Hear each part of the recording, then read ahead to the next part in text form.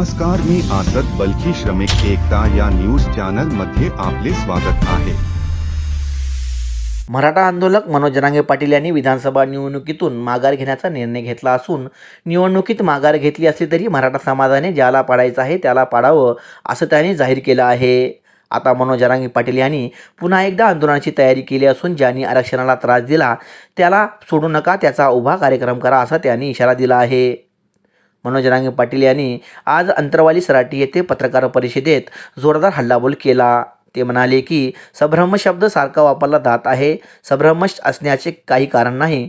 आपण आरक्षणासाठी एकत्र आलोत। मराठा समाजात संभ्रम नाही। स्वतः निवडून येण्यासाठी काही जण संभ्रम पसरवत आहेत। लोकसभेला सन्मान मराठा समाजाला होता। आता ज्याला पाडायचं आहे त्याला पाडा, ज्याला निवडून आणायचे आहे त्याला आणा। मतदान तुमच्या हातात आहे। तुमच्या हिताचा निर्णय घ्या। ज्याने आपल्या जातीवर अन्याय केला त्याला पाडा असे मनोज जरांगेंनी म्हटलं आहे।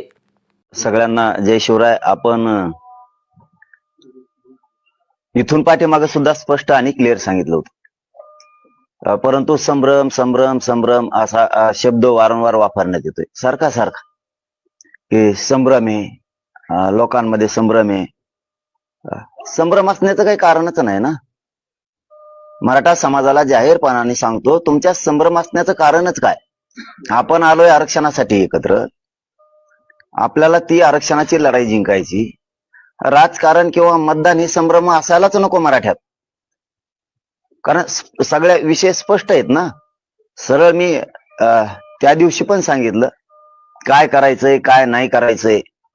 तरीही जाणून बुजून संभ्रम मराठा समाजात नाहीये। गरीबात हे जे स्वार्थी मध्ये येत ना, जे स्वार्थासाठी दुसऱ्याचा नरड्याचा घोट घ्यायला निघालेले, स्वतः निवडून येण्यासाठी किंवा पडल बा अमुक होईल यासाठी जे मधले आहेत ना, हे संभ्रम नसून संभ्रम आहे असं म्हणते।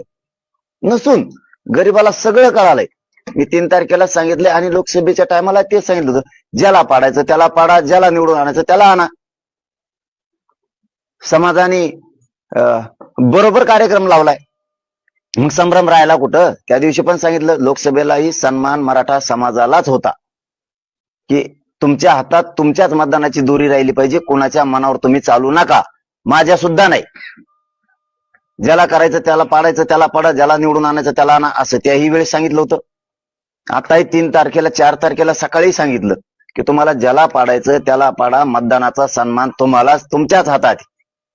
तरी वारंवार सांगितलं जातं की संभ्रम आहे संभ्रम आहे। संभ्रम गरीबात नाहीये, कारण मी फिरतोय बाहेर, मी जाऊन येतोय, मला माहिती संभ्रमच नाहीये। पण जे मधले आहेत ना ते कन्फ्युज करतात, लोकांना गैरसमज करतात त्यांच्यात की सांगितलं नाही, स्पष्ट सांगितलं। स्पष्ट काय सांगायचं? स्पष्ट काय सांगितलं पाहिजे? यांच्या मराठ्यांच्या एकजुटीच्या जीवावरती यांच्या भावना येतात, आपण निवडून आलं पाहिजे प्रत्येकाच्या।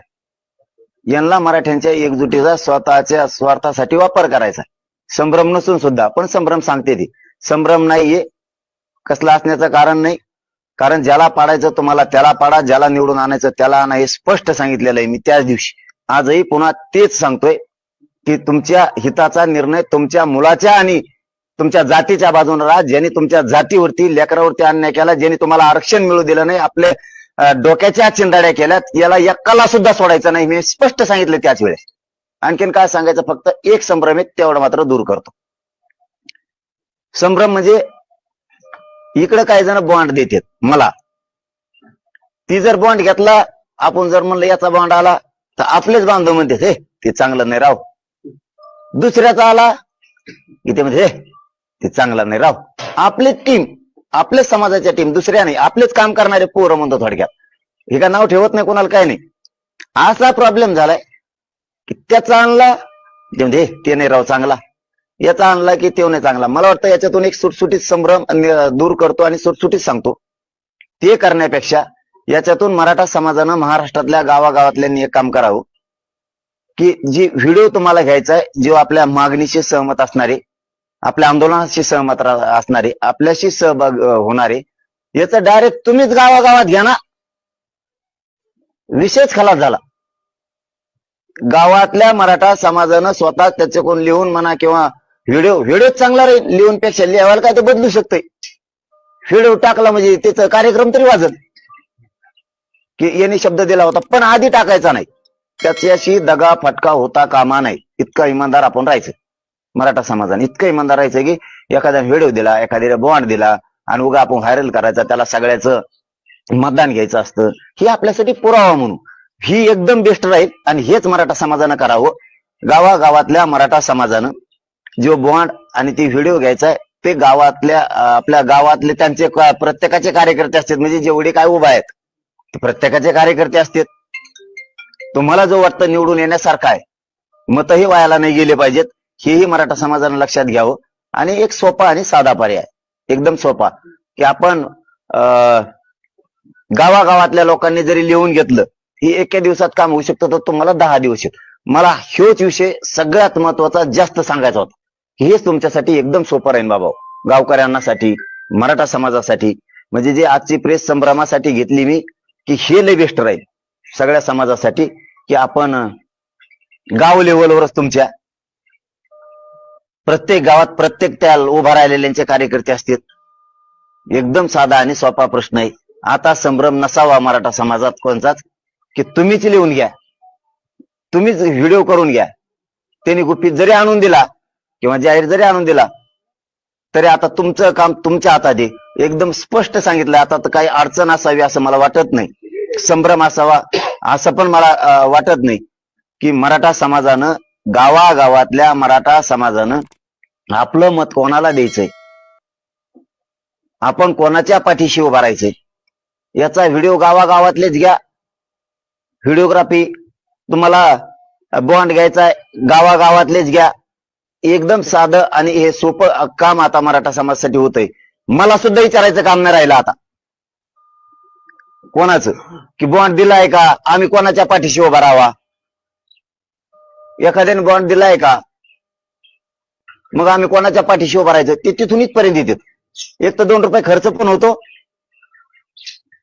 आणि मी इकडे सांगतोय परत की तुमच्या हिशोबाने करा म्हणून. मग ते लोक पुन्हा संभ्रमात चाललेत. आता संभ्रमाची काही आवश्यकता नाही, बरोबर का? बाकीच्यांना काय वाटतंय? प्रश्न आहे. अरे निवडून येणं शब्द वापरेला ना, नुसते प्रश्नच नका उगले तर मराठा आहे का कोणी?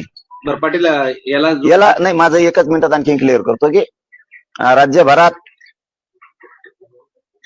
कोण बॉन्ड देतय, कोण नाही देत, कोण येण्यासारखं आहे, मराठ्यांचं मतदान व्हायला नाही गेलं पाहिजे. मी पक्ष तर सांगितला नाही. आता याला पाडान त्याला पाडान अमुक करा, काही काही ताकदवर आहेत, तेही तुमच्या धर्तीवरती तुम्ही डोका लावा. मराठा समाजानं इकडे काय व्हायलंय, कुणीही बॉन्ड आणून द्यायले, कुणीही व्हिडिओ द्यायले, कुणी पण.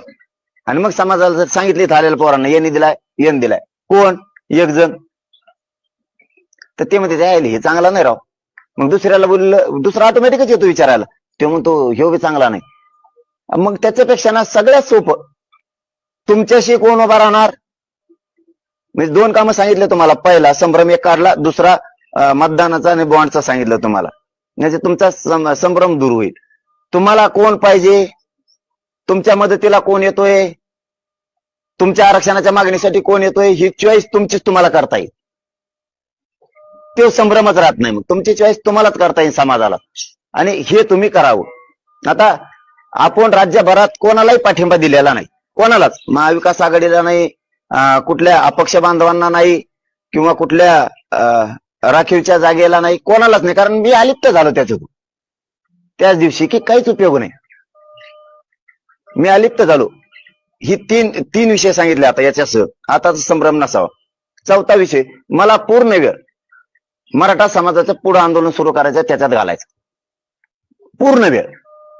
मला मराठा समाजाचा आरक्षणात जीव गुंतलेला आहे, माझ्या मराठा समाजात सुद्धा आरक्षणात जीव गुंतलेला आहे. आमचे जे पोरं आहेत, काही उभा राहिलेले म्हणा, काही फॉर्म घेतलेले म्हणा, यांचाही जीव आरक्षणातच.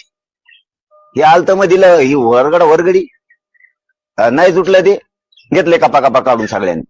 म्हणजे जी रिअल आहे ते आहे. त्याच्यामुळे आमचा सगळ्याचा जीव 15-15 महिने आंदोलन केलेले, जीव जाळलेले, लाखो पोरांवरती केसेस झाल्यात, शेकडो पोरांचे बलिदान गेलेत. केसेस तोले तरी सुटून आले, पण त्या मायमाऊलीचं घर अंधारात पडलं. तिचं तर कुणीच राहिलं नाही. आम्हाला त्याचे स्वप्न साकार करायचे. म्हणून आता संभ्रम मराठा समाजाने कसल्याच प्रकारचा ठेवू नका. कारण मला ह्या राजकारणाच्या तयारीपेक्षा, कोणाला फुकट मोठं मराठा समाजाने करण्यापेक्षा आपण सगळेजण, म्हणजे चौथा विषय सांगतो, आपण सगळेजण मिळून आजपासून आपल्या आंदोलनाची पुढची तयारी करू. कोणी आलं, एक मिनिट दादा, कोणी आलं तर आंदोलन हे मला आणि माझ्या समाजाला करावंच लागणार. त्याच्यामुळं आपल्याला थांबून चालणार नाही. आपण सगळेजण आजपासून आंदोलनाची तयारी करू. पाचवा विषय, आता संभ्रम ठेवू नका. कोणी कोणाच्या सभेला प्रचाराला जाऊ नका. कोणीच आपल्याला काय देणं घेणं नाही कोणाचं. मतदानाला जायचं त्या दिवशी फक्त आणि मतदान करून यायचे. कारण आणि जे काही पोरं आहेत ते काही भांड्यात जीव आहे त्यांचा, काही पोरांचा. ज्याला जे करायचं ते करा. मी त्यांनाही सांगतो, तो ज्याला ज्याला जे करायचं ते करा. तेही माझ्याकडे नुसते येडे घालते सारखे सारखे. ते संभ्रम दूर होणं खूप गरजेचं आहे आणि तीही मी केलाय. ज्याला पाडायचं तुम्हाला त्याला पाडा, ज्याला निवडून आणायचं त्याला आणा. पण 6वा मुद्दा सांगतो, ज्यांनी आरक्षणावर त्रास दिला ना त्याला सोडू नका. एकजुटीनं मतदान करा सगळे मराठी. कोणाला करायचं त्याला करा, पण एकजुटीने करा. यांचा उभा कार्यक्रम झाला पाहिजे, कारण यांनी आपल्या लेकरा बाळाचा आलेला तोंडाचा घास आरक्षणाचा घातला. आरक्षणाला विरोध करणाराला सोडायचं नाही. तुम्ही असं म्हणाले होते की कुणाला पाडायचं कुणाला निवडून आणायचं तुम्ही गावागावात ठरवा, जी भूमिका आता सुरुवातीला मांडली, संभ्रम हा शब्द वगळता.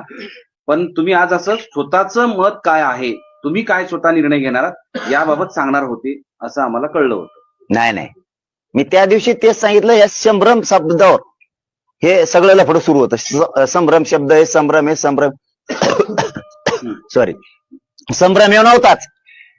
हे मधले आदले संभ्रम करत होते. मराठा समाजाला कळालं होतं, गरीबाला आम्हाला गरजवंताला काय पाहिजे बाबा, आरक्षण. विषय राजकारण सोडलाय ना आम्ही.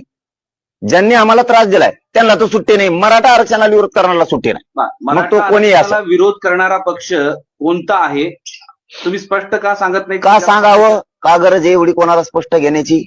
मी जर त्याच्यात नाहीच तर का स्पष्ट सांगावं? लोकसभेला कुठं स्पष्ट सांगितलं? एवढा बुद्धिवान आहे राव मराठा, एवढे गेलेला माझा समाज नाहीये. आणि का माझ्या समाजाला सुद्धा मी का अमुक करायला लावो? समाज करतो ना. समाज मला कधी संकटात सापडू द्यायचा नाही, कधीच.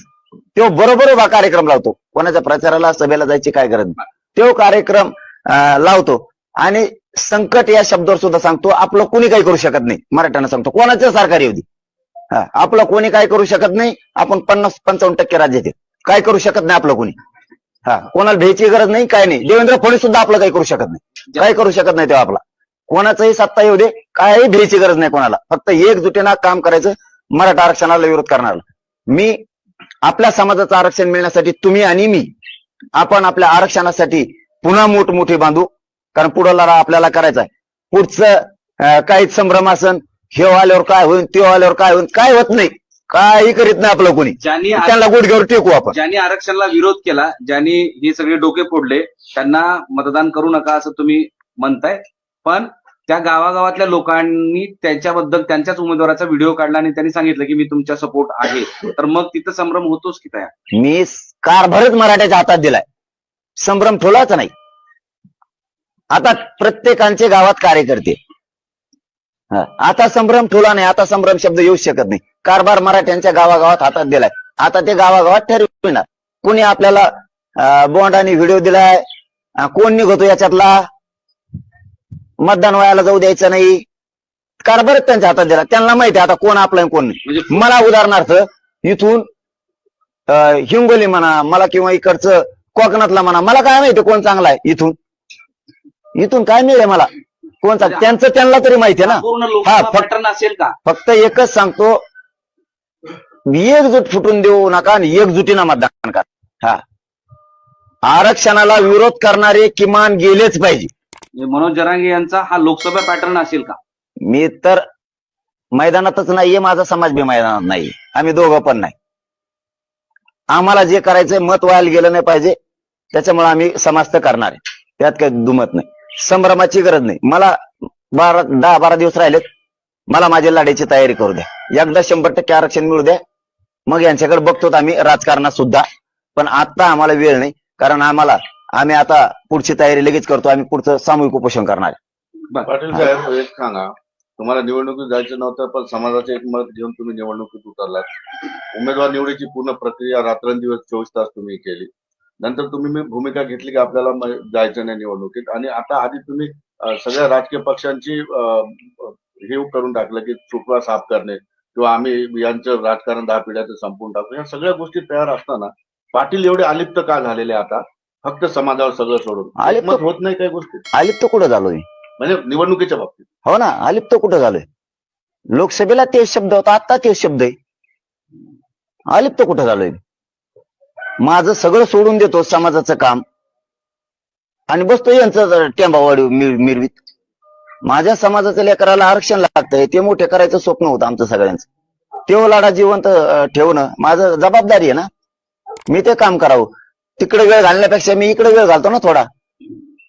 आम्हाला सामूहिक, तुमच्या लक्षात नाही, सामूहिक आम्ही उपोषण करतोय आता.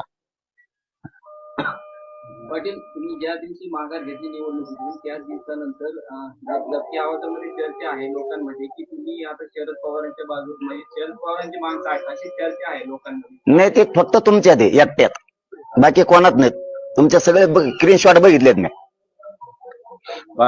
तिकडे नाही बोललं तरी ते वेगळंच लिहितात आणि मी ते पुरं ऐकतो. आणि ऐकल्यावर म्हणतो माहिती ही जी वरचा शब्द लिहिलाय कुठेच नाही. कमून असं एवढ्या मोठ्या समाजाने काय केलं तुमचं? का नाराजी? तुम्ही 10 दिवस, आता हे प्रचाराचे निवडणुकांचं काळ आहे, त्या 10 दिवसाच्या काळामध्ये काय, म्हणजे तुम्ही दौरे करणार आहात, वेगवेगळ्या जिल्ह्यात जाणार आहात? जाणार. काय त्याचं शेड्यूल काय ठरलेलं नाही, आहे? मी जाणार समाजाच्या दर्शनासाठी. मी जाणार. हा, माझ्या समाजाच्या दर्शनाला मी जाणार 100%. मी रोखत नसतो कोणाला. मी जाणार आहे, पण मी माझ्या आरक्षणाची सुद्धा लढाईची तयारी करणार आहे. माझा समाज मला वाचवणं गरजेचं आहे. समाजाला आरक्षण गरजेचं आहे. समाजाचे रोज